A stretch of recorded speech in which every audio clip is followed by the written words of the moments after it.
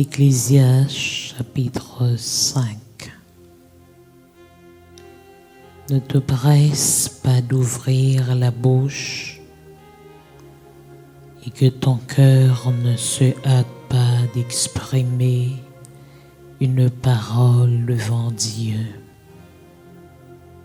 Car Dieu est au ciel et toi sur la terre. Que tes paroles soient donc peu nombreuses. Car si les songes naissent de la multitude des occupations, la voix de l'insensé se fait entendre dans la multitude des paroles. Lorsque tu as fait un vœu à Dieu, ne tarde pas à l'accomplir, car il n'aime pas les insensés. Accomplis le vœu que tu as fait.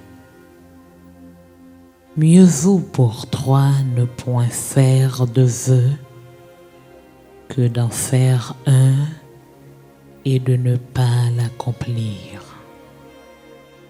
Ne permets pas à ta bouche de faire pécher ta chair. Et ne dis pas en présence de l'envoyé que c'est une inadvertance. Pourquoi Dieu s'irriterait-il de tes paroles et détruirait-il l'ouvrage de tes mains? Car s'il y a des vanités dans la multitude des songes, il y en a aussi dans beaucoup de paroles. C'est pourquoi crains Dieu. Et si tu vois dans une province le pauvre opprimé et la violation du droit et de la justice, ne t'en étonne point, car un homme élevé est placé sous la surveillance d'un autre plus élevé. Et au-dessus d'eux, il en est de plus élevé encore. Un avantage pour le pays à tous égards, c'est un roi honoré du pays. Celui qui aime l'argent n'est pas rassasié par l'argent.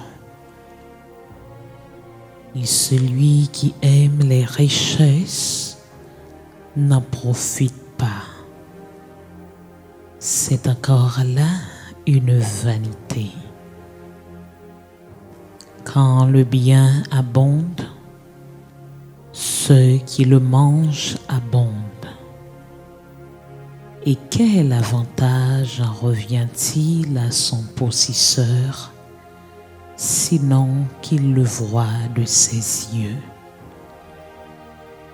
Le sommeil du travailleur est doux, qu'il ait peu ou beaucoup à manger, mais le rassasiement du riche ne le laisse pas dormir. Il est un mal grave que j'ai vu sous le soleil. Des richesses conservées pour son malheur par celui qui les possède. Ces richesses se perdent par quelques événements fâcheux. Il a engendré un fils et il ne reste rien entre ses mains. Comme il est sorti du ventre de sa mère, il s'en retourne nu ainsi qu'il est venu. Et pour son travail, n'apporte rien qu'il puisse prendre de sa main. C'est encore là un mal grave.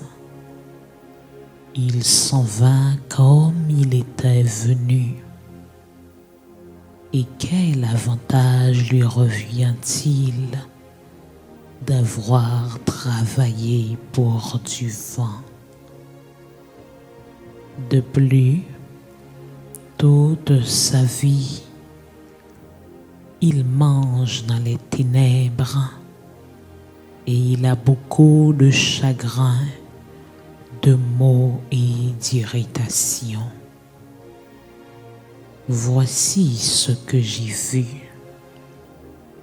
C'est pour l'homme une chose bonne et belle de manger et de boire et de jouir du bien-être au milieu de tout le travail qu'il fait sous le soleil.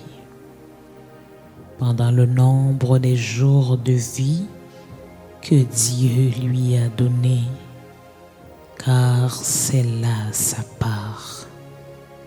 Mais si Dieu a donné à un homme des richesses et des biens, s'il l'a rendu maître d'en manger, d'en prendre sa part et de se réjouir au milieu de son travail, c'est là un don de Dieu. Car il ne se souviendra pas beaucoup des jours de sa vie, parce que Dieu répand la joie dans son cœur. Parole du Seigneur.